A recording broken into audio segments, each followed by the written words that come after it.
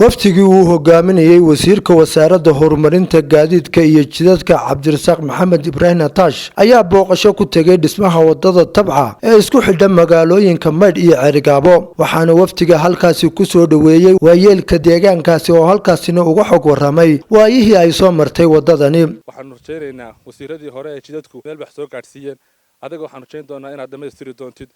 waxaan doonaynaa inaad talo wanaagsan ka bixiso ama nagala wareegtoba oo hadii ba ku leeyahay wadada gebigeedaba iyo shaqaalaheeda iyo macaanaga aad nala wareegto. marka wasiir waxaanu ka codsanaynaa inaad insha Allah muddada aad joogtid sida haas aad u shiday aad u istaadhay cirka aad u geysay inaad wasaaraddan insha Allah aad u shidi doontid wadadana ay noqon doonto wado lagu xasuusto oo aad taariikh kaga tagtid wadada anaguna aanu ku faanano garaadkii abtigay awaagii wadada dhameystiray. kiiska sokorta ee xeebta u dhaadhacay waxa lagu qaadi jiray $6 nasiib wanaag intii yarada qabteen maanta $3 baa lagu qaadaa. sidoo kale waxaa halkaasi ka hadlay qaar ka mid ah mas'uuliyiinta hay'adda RDA maayarka degmada Cerigabo mudane Ismaaciil Xaaji Nuur iyo barasaab ku xigeenka gobolka Sanaag Maxamed Khaliif Nuur ahna ku simaa barasaabka badiye bir runtii waa wado miisaan badan u leh qaranka waxaynu imika la qabtay muddadii shaqadani socotay runtii waxay la yimaadeen macdad iyo gaadiid fara badan oo ay dadaal ku muujiyeen sida gudoomiyaha guddiga uu hore inoogu sheegay marka cidii ay la timaado dhaqdhaqaaq horumarineed waxa cid kasta u heelanaysa inay ka caawiso inay hawsha wax kala qabato. mudane wasiir waa wadooyinka runtii gobolka ugu muhiimsan marka ka hay'ad ahaan waxaan ballan qaadaynaa in dadaalkii markii hore aan wadnay inaanu halkii ka sii anba qaadno waxaan u ballan qaadaynaa inaanu garab istaagi doono intii itaalka iyagaba waa runtii guddida aad u dadaalaysa imikana waxaan rajaynaynaa halka ay meel ka sii badan insha Allah.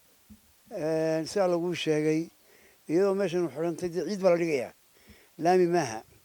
muddo walba way xirmaysaa waxa nimaysaa ilaa iyo dul dhaafo إن شاء الله وإلامي نقطه لبتاش وتهجناني لكن وعن كل شغلنا إن شاء الله وإلامي نقطه سيرت شيل درن أيها شرطة صدق صدق كيلومتر ويصير حوانو كقبلنا خرج كيلو الله هيو ثاني وحرجينا مركز نقطه إذا النسور مدن وزير كل ما تعب بدن أيها ودنا كم وقتية دال بدن لكن فان ولا فريق ما قدنا wasiirka wasaaradda horumarinta gaadiidka iyo jidadka Somaliland Cabdirasaaq Ataash oo halkaasi ka hadlay ayaa sheegay inay wixii awoodooda ka qaban doonaan wadadan sidoo kalena wuxuu halka wasiirku fariin uga diray qurba joogta u dhalatay gobolkan. waa wado dadka iyo qarankaba wax weyn u soo kordhin doonta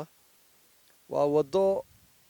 qaranku uu ka heli doono cashuur iyo dhaqaale badan wadooyinkan wadadani ka mid tahay community roads kala yiraahdo waxa aanu ka geysanay waa wadada ugu horeysa oo aanu sidaas dawladdu ay waxna ugu ballan qaaday waxna u gelisay waxa kalena ay jeceshahay inay dhameystirto laakiin waxaan halkan ambiil uga dirayaa qurba joogtaasi